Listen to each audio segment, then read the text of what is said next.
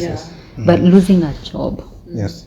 it's also a loss that people need to grieve. Grieve. You know, losing a girlfriend to another man is also a loss. You know, because we saw that loss because he avoided it and jumped into on Facebook to get somebody else. Yes. There were also so avoiding like loss, whatever you lose. As long as you had you are attached to it. It's something Yes. that meant something to you. If you lose it, it can be as simple as an ID. You know, you lose your ID, you start thinking, now how will I go anywhere? Yes. Then you think of starting from the immigration again. You know, that is loss. Yeah. Whatever it is that matters to you and has value, people need to process that Yes. and mourn that before moving forward. Yeah. Yeah.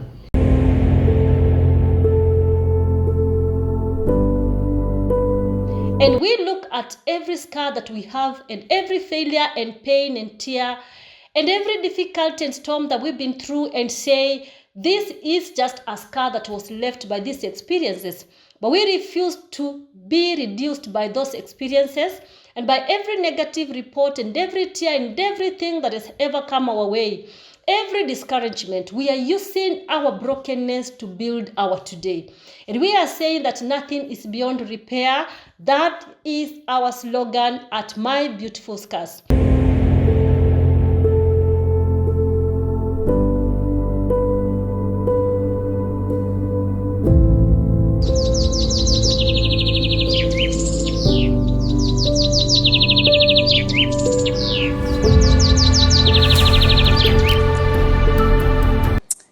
Okay, so sorry that you went through that, for lack of a better word, winestone. So here you are, a bitter young man, getting out of the church.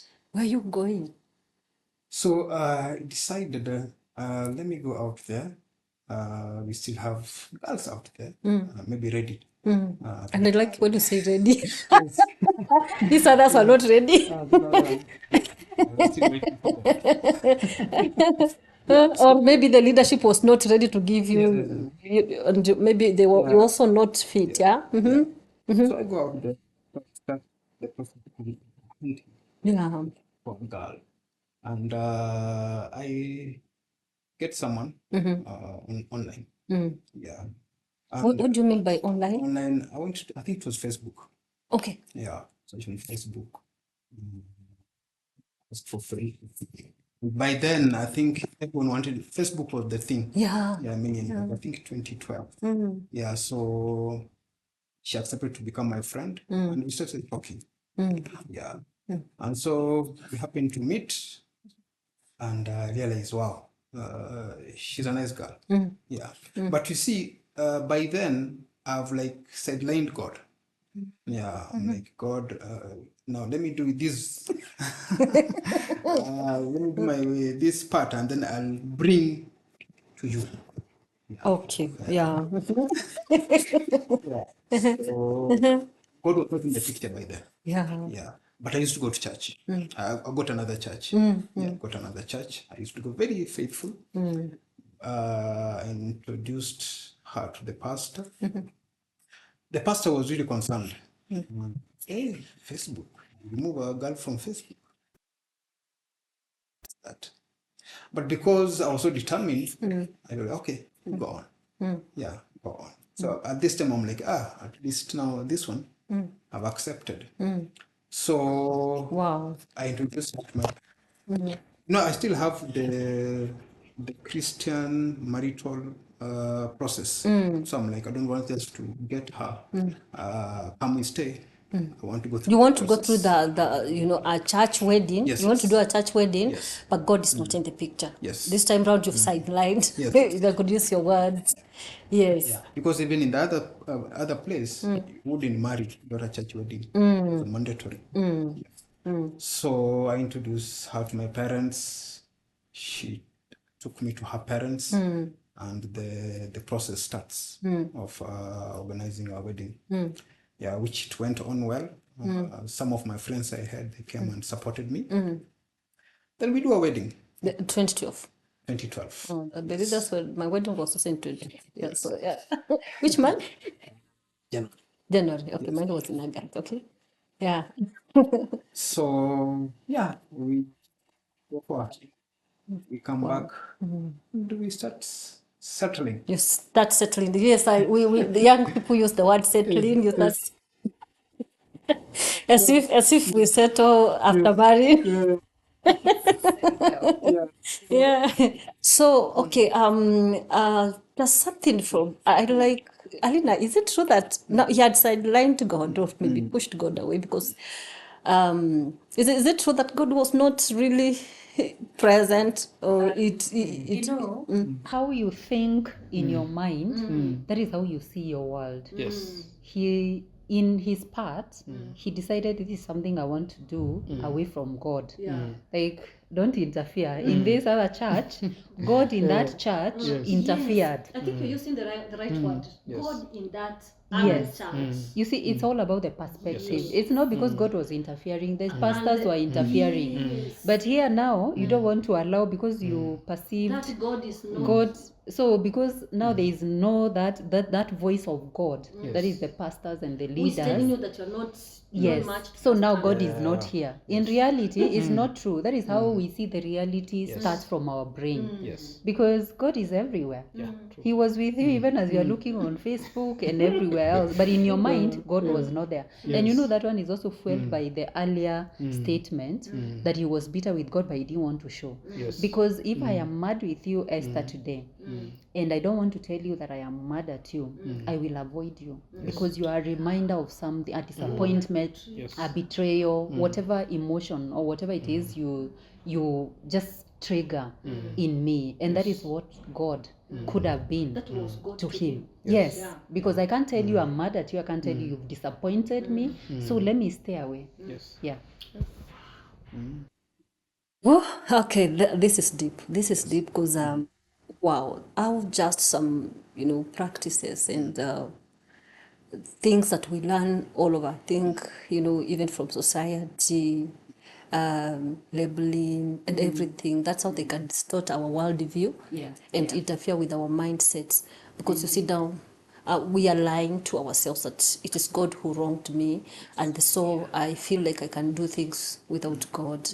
And that's a distorted mindset. It's fueled by the narrative that maybe it came with from the other side. And I think that is so with life, that is so with every other aspect of life, Alina. When anytime the mindset and the worldview is distorted, we always go that side, as you said. Yes, of course. We see the world through our lenses. Everything that is in your mind. That is why now when it comes even with the Bible, it talks about renewing. Because what is in your mind, you will automatically see the world through. Yes. Yes, and the Bible says that as a man thinketh in his heart, so is he. So when you come with something happens to your life, and then you pick schemas from that, if the schemas are maladaptive, those maladaptive, sabotaging narratives. So you walk out there with them, you live with them, and that is what you project, and that's how your life becomes. I'm looking at the faith issues that are, pushing us to dependency, that you don't trust your thoughts, you don't trust your decisions, you don't trust, yourself. You have to rely on somebody to make, the right choices for you. Then I'm also looking at anxiety and guilt, constant fear of doing wrong or being outside God's favor. And I think that is exactly what Weinstein is pointing us. Yeah, talk to us about how life was after the wedding. So life started settling. Yeah. And for me, in my heart, I'm like, I've conquered. Yes. Oh. I've conquered. And now I'm telling God, now come, let's celebrate. Okay. What I've gained. Okay, come back. Okay, I'll come back. Yeah. So Yeah. we still go to church. But as we moved on, something started happening. Yeah, my wife starts getting sick. Yeah. And I'm like, now what is this? But now I remember, I said, for better, for worse, Yeah. all those. Yeah, I'm like, I'll pray to God who is now here with us. And God will be able to At least make now you have things brought God happen. Yes. back. Yeah. So, but she becomes worse. So I informed the family, and the family is like, you got to the hospital. That's your wife. Okay. Yeah. which is okay, that's my responsibility. So I took her to the hospital, and they were like, she's suffering from growth in the neck.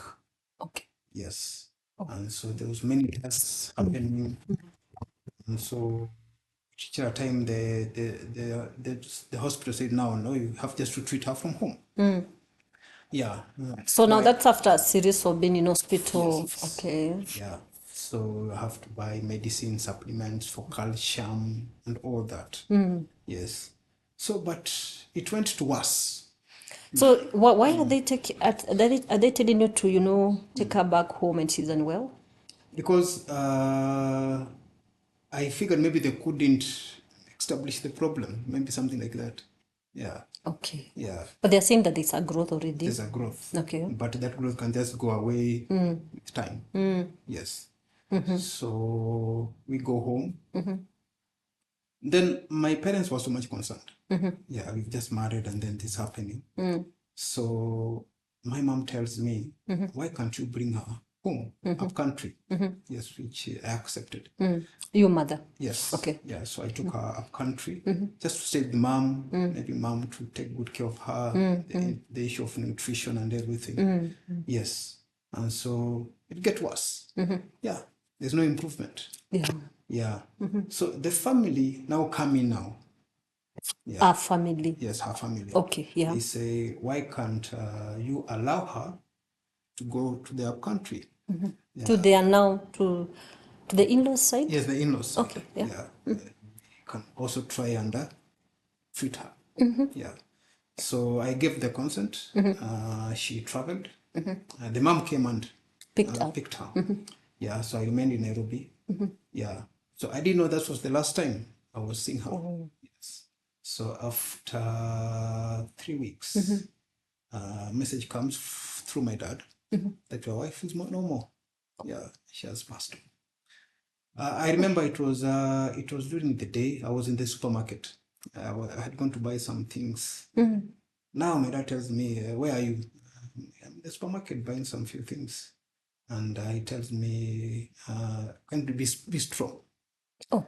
So I'm like, "Hey, be strong for what?" So immediately I connect. I connect. There's something wrong somewhere. Yeah. So he tells me that your wife has passed on. It was so tough. I remember just leaving those things I bought, left it there, and walked out. And Wow. I went to the house. By that time, my brother had come, and so I tried to be strong. Now you see, God is in the picture now, and telling God, you knew all this. Why couldn't you stop it? But now I'm trying to blame myself. Remember the time I had left God? I'm like, God now is punishing me. Oh. Yes. Yes. So it was tough. But I think my family, they came through with me. And we remember she has passed at their home. So it was a matter of now making the plans. In the burial arrangements. Yeah. Her, bury her. Yeah, so I thank God if they So how many yes, months down the line? 8 months. 8 months. 8 months after the wedding. Yeah. Wow. Also such an experience. Yeah. The burial process went on, and we buried her. Yes. Wow. So sorry for that. That was so soon. That was so soon, actually, And I'm looking at the excitement, when you get married and you finally, your statements from what you said, finally, you get, sasa, nimefanya hivi.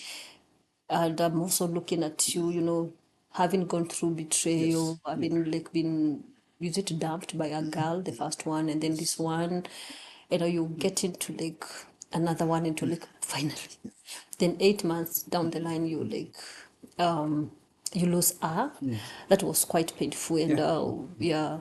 So a few things that I'm looking at, Alina, maybe. I don't know whether you're listening to the maybes. Maybe I'm the one who, maybe I'm the one, maybe, when I left God, maybe now God is punishing me. And okay, what's your comment on that? When it comes to grieving, blaming yourself is sort of a go-to for majority of people.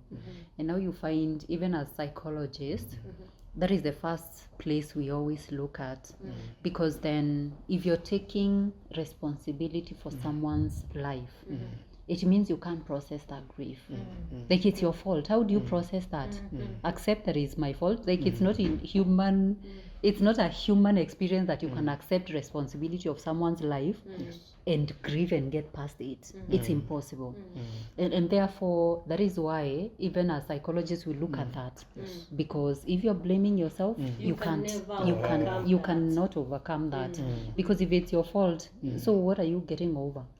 It was your responsibility to take.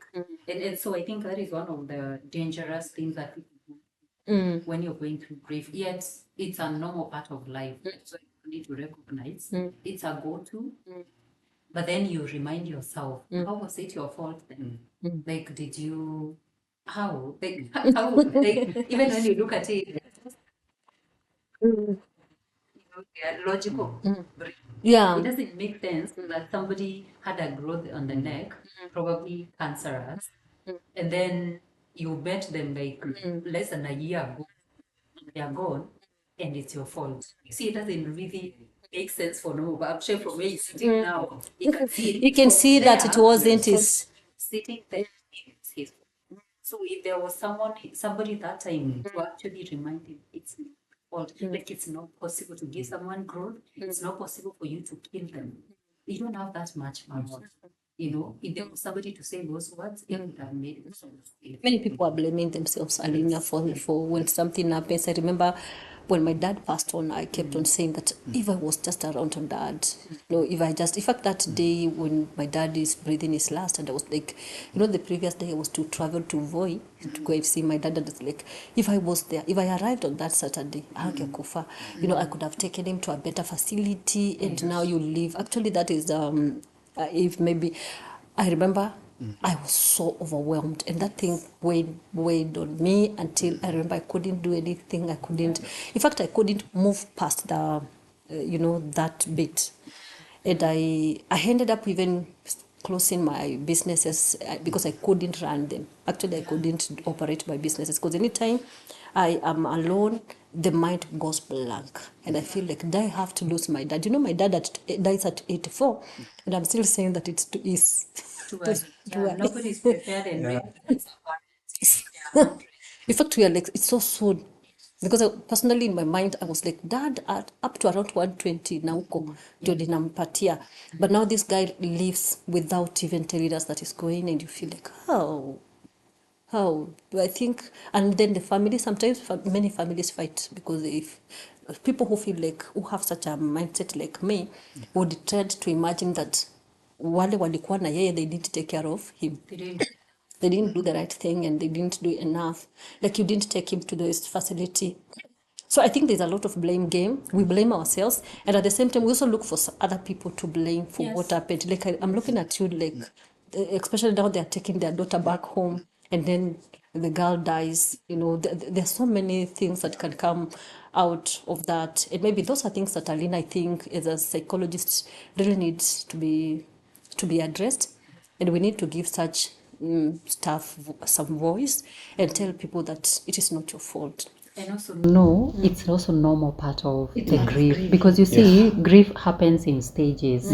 And when you're angry, you can either be angry at yourself because you think now you're blaming yourself, this part you're taking. You can be angry at other people who you feel they didn't do enough for the one who is gone. And then you can also be angry at God.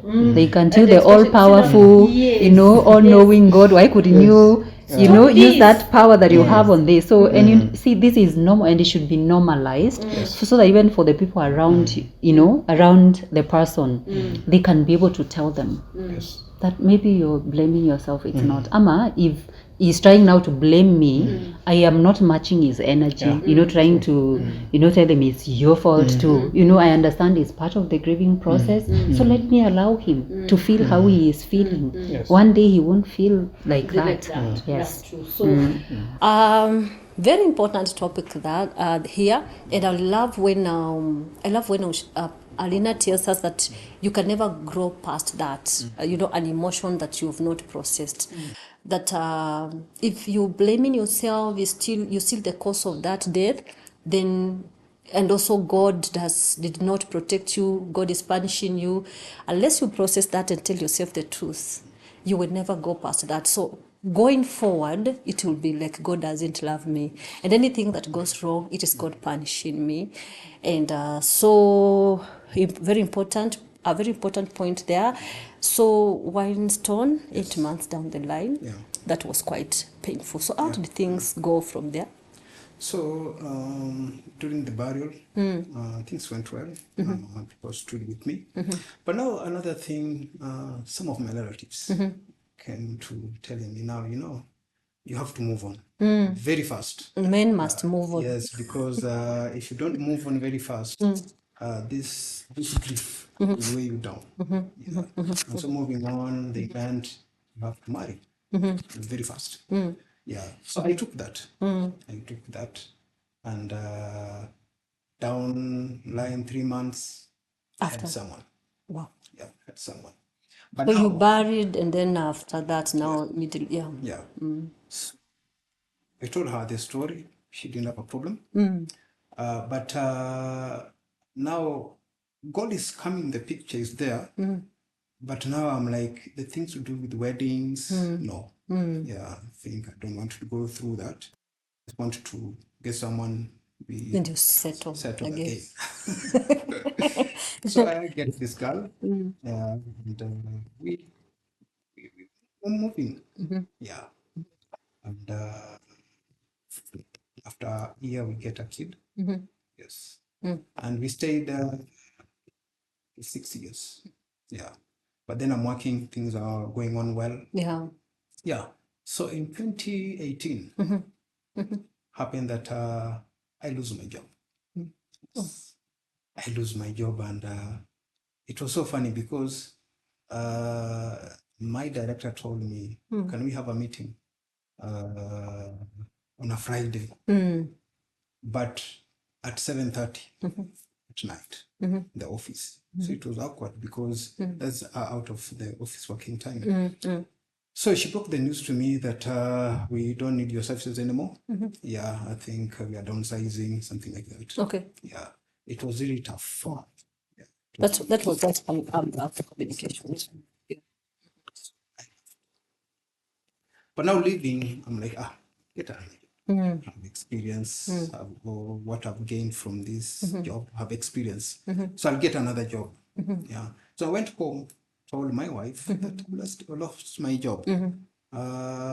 She looked at me, and I couldn't understand what she was thinking. Yeah.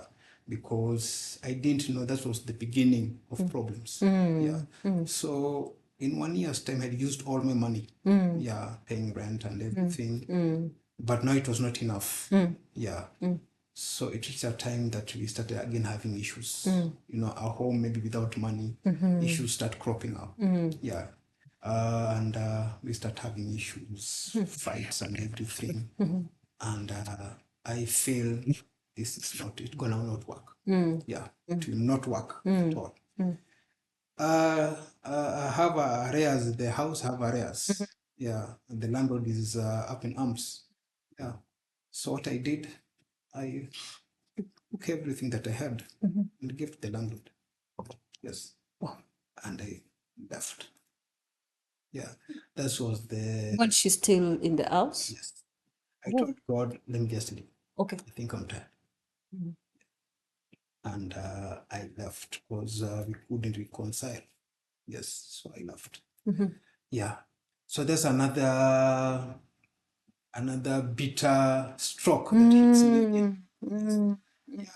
So I am grateful to my parents. They really embraced me. They told me, hey, these things happen. The first one. Or you'll be the last one. What happened to her later on, I don't know. Okay. Yes. To date? Yes. Okay. So, yeah, I went to country. After a month, my cousin calls me. Says, no, you can't stay up country. You still have a lot to achieve. So I come back to Nairobi and I go to live with him. Yeah. But he was not living in that house. He was just paying that house. Okay. Yes. So I don't have a job. He pays the house at least, but I have no food. Yeah. I'm trying to look for work. Nothing. Totally nothing. Yeah. So I went through all that.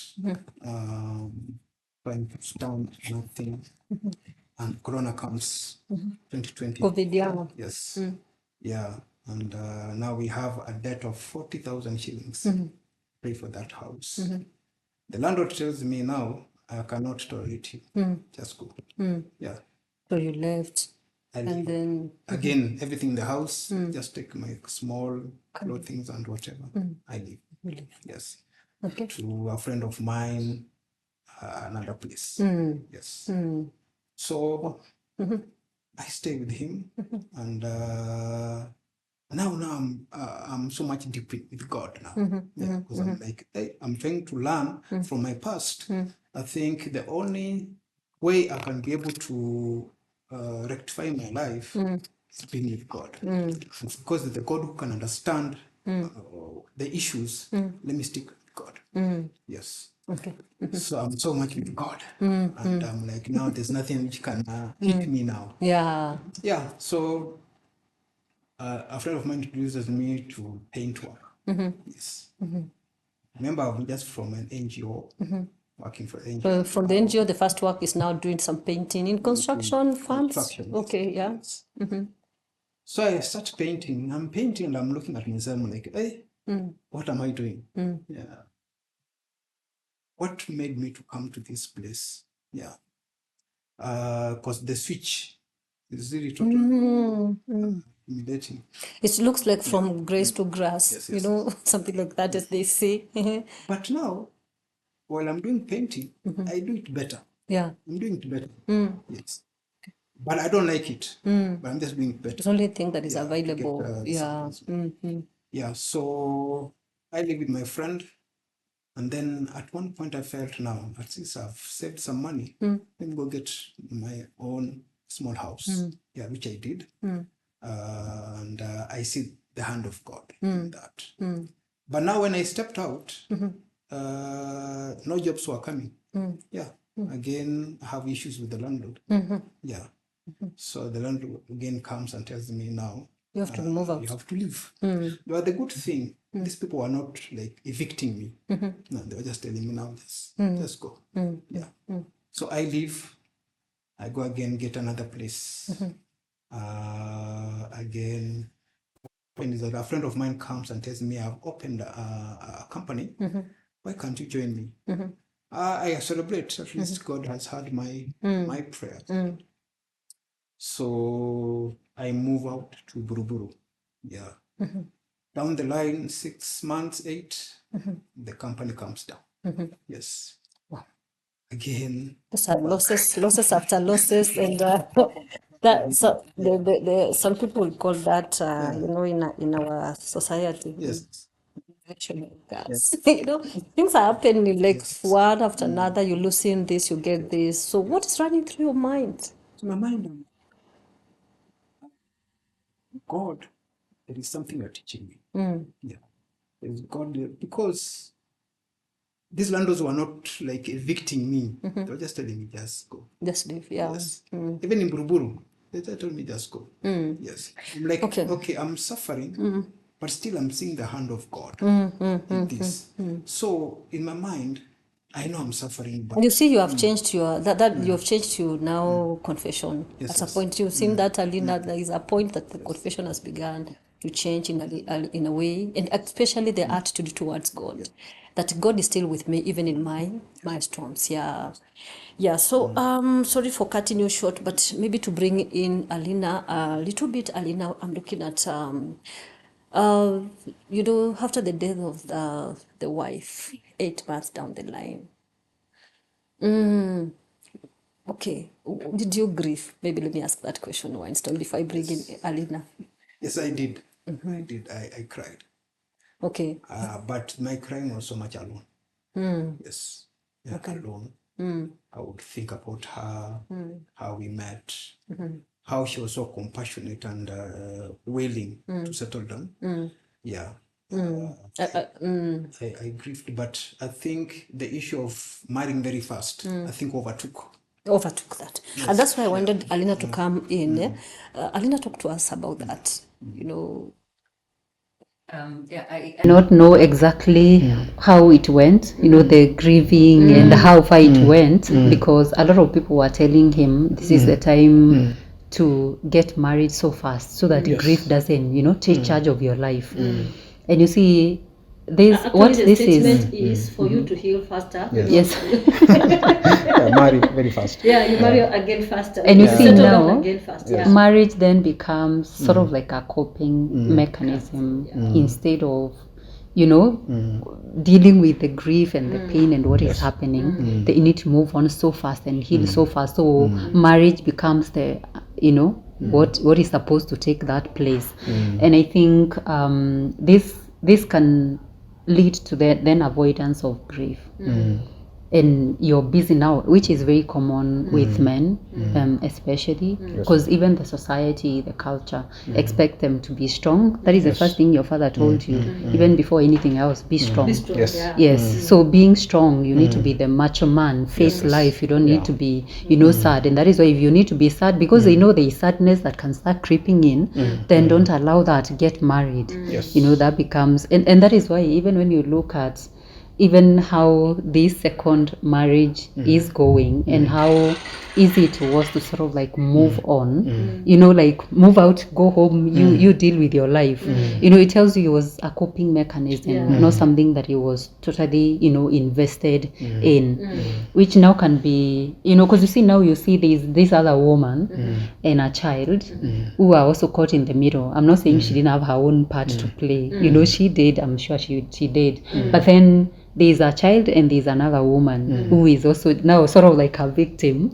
of the grief, or could have been a victim of the grief that was avoided, because and I think that is something that the society need to stop, allow men, encourage men to grieve, sit with their emotions, talk about how they feel without necessarily attaching their masculinity within grieving. For instance, it's a normal part of life. We all experience loss, and we need to process that loss, whether you are a man or a woman. Yes. Very important. Very important. So looking at that, so replacing somebody, someone is not the same as grieving them. No. It can't really like take that part. So now just to I want to understand something a little bit, Alina, about the losses, because loss is not just the loss of a loved one. There is other losses that now are coming on board, and going through all that. What would be one word, to Winston? Because a lot of people feel like the loss and grief, it's only pertaining to somebody dying. But losing a job, it's also a loss that people need to grieve. Losing a girlfriend to another man is also a loss. Because we saw that loss because he avoided it and jumped on Facebook to get somebody else. There were also so avoiding, like, loss, whatever you lose. As long as you are attached to it, it's something that meant something to you. If you lose it, it can be as simple as an ID. You lose your ID, you start thinking, now how will I go anywhere? Then you think of starting from the immigration again. That is loss. Whatever it is that matters to you and has value, people need to process that and mourn that before moving forward. Yeah. Very important. okay, maybe okay, Winston, after all that, where are you right now?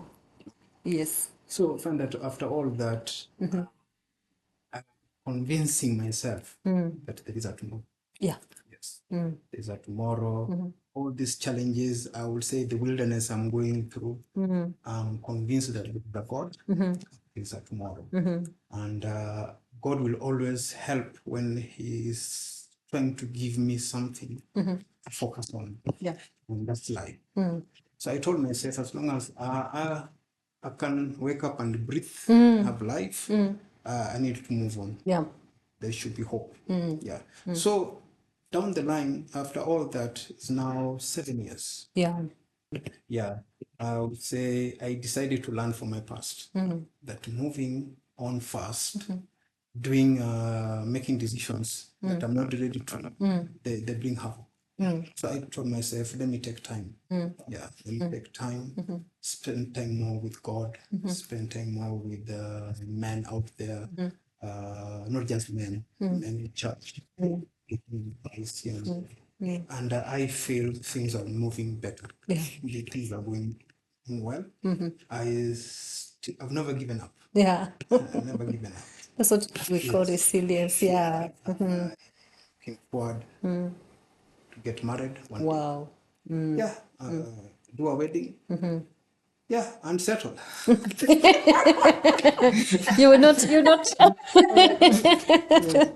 Yeah, that word settling. Are you settled? Alina, is Wildstone settled? Maybe you can help us unpack that.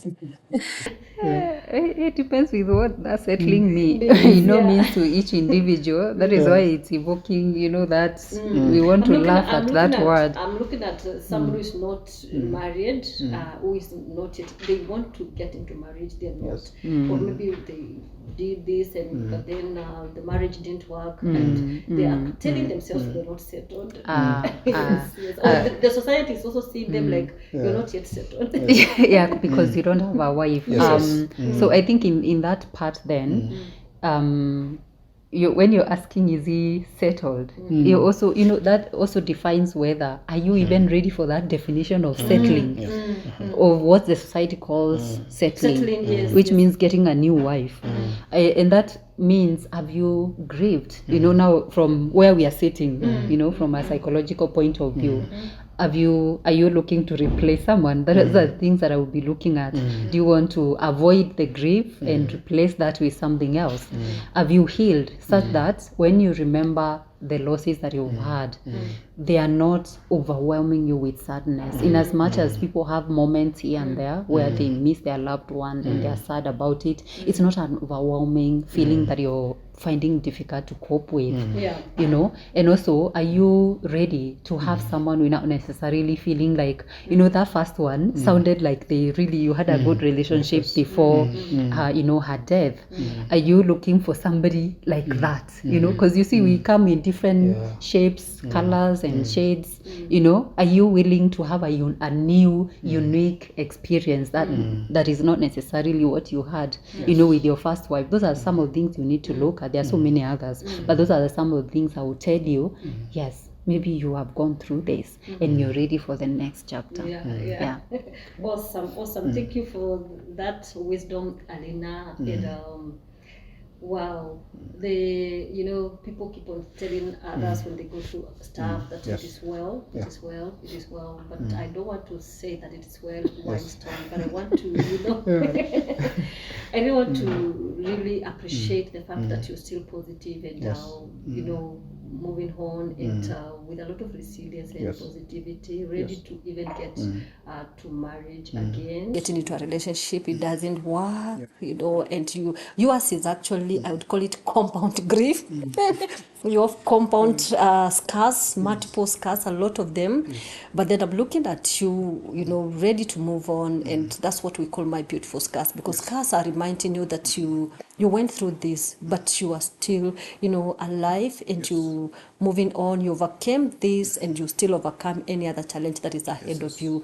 And so, what is your one word to maybe young people out there?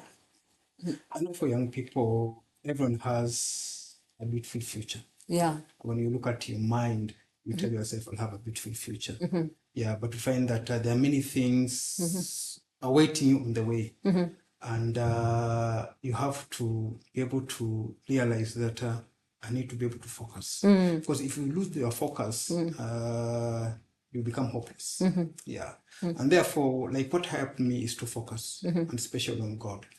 Because I realized that maybe I'm the one who's doing mistakes, but God is trying to align me to the right place, but I'm not getting God well. So I took time to grieve in terms of forgetting the past and telling myself I still have a good future.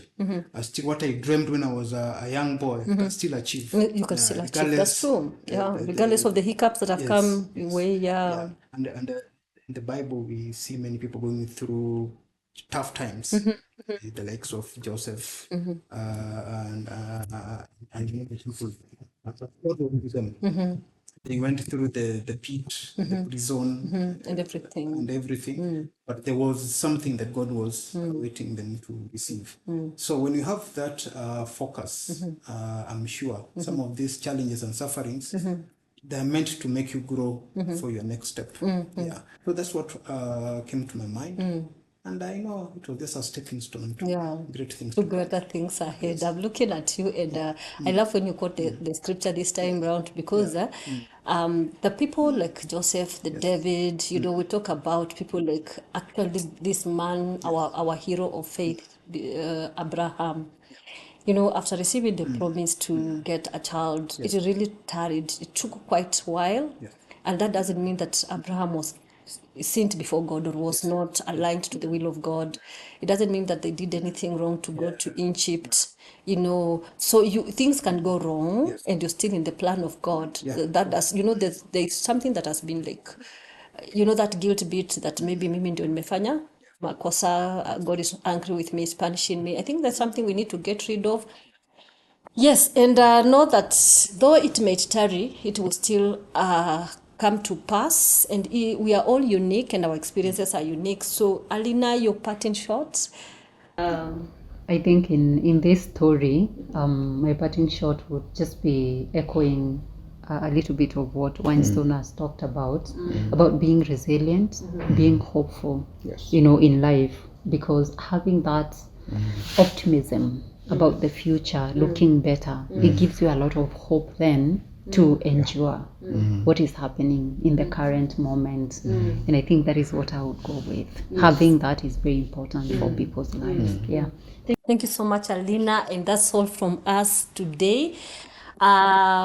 When things go wrong, when experiences come your way, when happenings come your way, when storms come your way and they break your heart into pieces, this is my advice to you. Pick the broken pieces and make beautiful art with it. You can still live again, and this is what my beautiful scars is doing, just offering that hope and providing a space for us to talk about, you know, such experiences without any judgment. And if this story resonates with you and you know it can be of help to any other person, kindly like, share, remember to subscribe to our channel, to the RTT Mental Health channel, and also share our story. And may God bless you so much. Thank you for joining us today, Weinstein. Continue loving, you know. we are waiting to, you know, hear about your wedding soon. Available to attend and take some pilau and dance, because it will happen, you know. Thank you, Alina, for joining us. Thank you for sharing your wisdom and experience. God bless you so much.